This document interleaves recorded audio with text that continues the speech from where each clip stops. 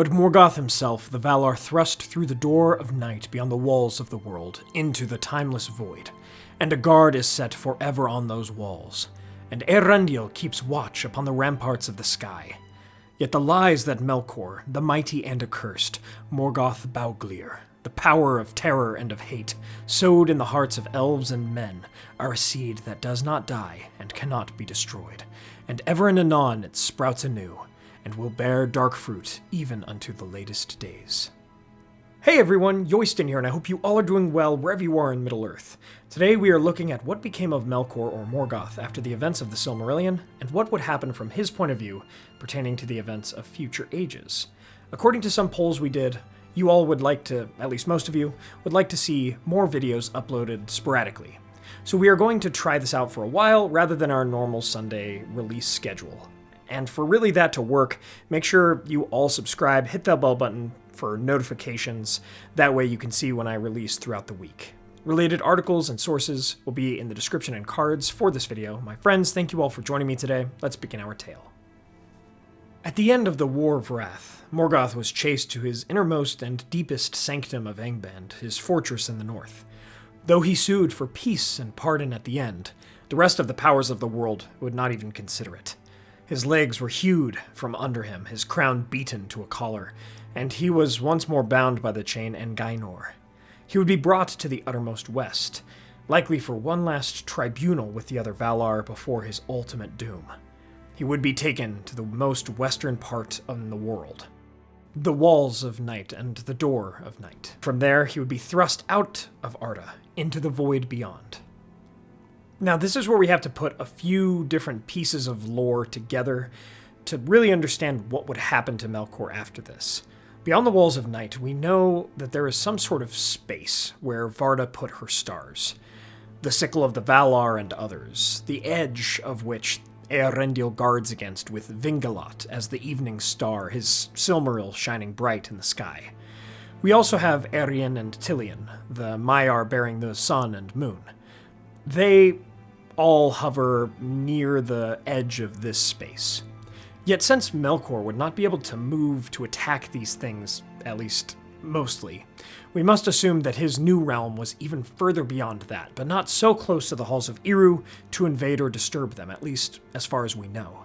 But due to the malice and scars that Melkor gave to the world, the darkness that he placed in the hearts of its people, he would never truly be gone. Beyond that, his teachings, his practices, and his mission lived on in the hearts of his followers, primarily Sauron, but also the dragons and the Balrogs of the world. Thus, even though Melkor was in the void, the same place likely that he had searched for the flame imperishable in the time before the creation of the world, looking to create life of his own, he still had some manner of influence and knowledge of Arda from such a void.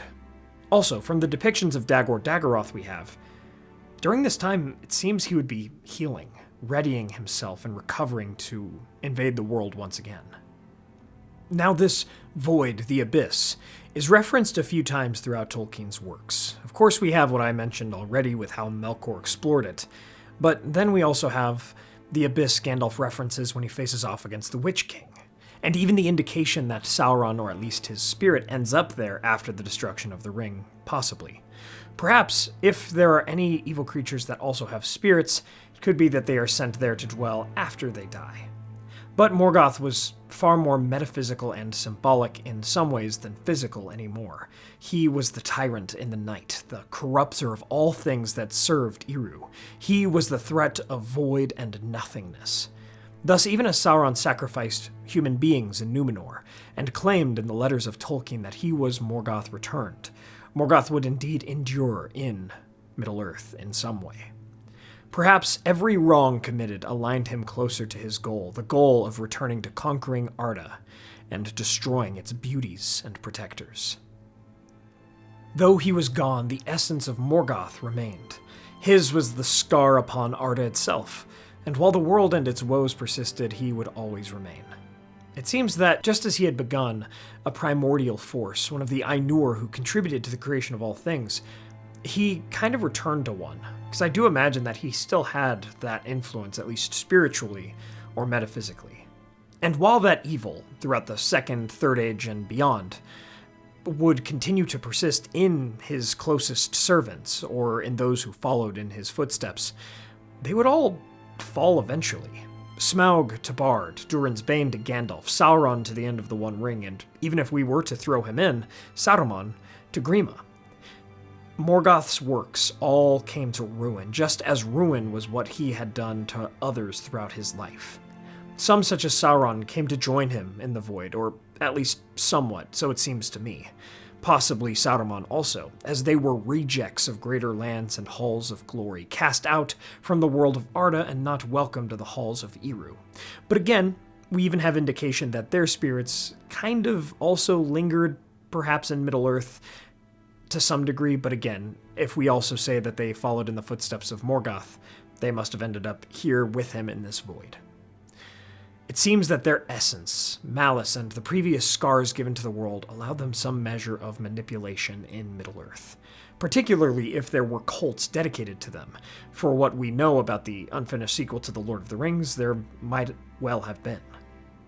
Now, of course, for our final point, at the end of all of the ages, whether or not we wish to go with this version of the tale, as Tolkien seemed to want to change the whole telling of the second prophecy of Mandos and the Dagor Dagorath, if we look at it as an inevitable act in the lore of Arda, we know that Melkor must have healed somewhat during his tenure in the Void, at least enough to, at the end of time, break through the door of night, bringing the Void with him into Middle-earth and killing the sun and moon, all for one last grand battle against Tulkas, Eärendil, and Turin, which I go more into in a different video about the Dagor Dagorath. But then, if this were to occur, he would have a final death, that a world could be made anew without him or his presence, his influence, his marring.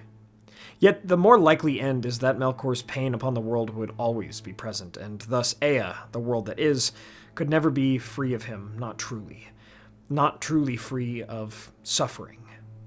And that, my friends, is what happened to Melkor after the Silmarillion.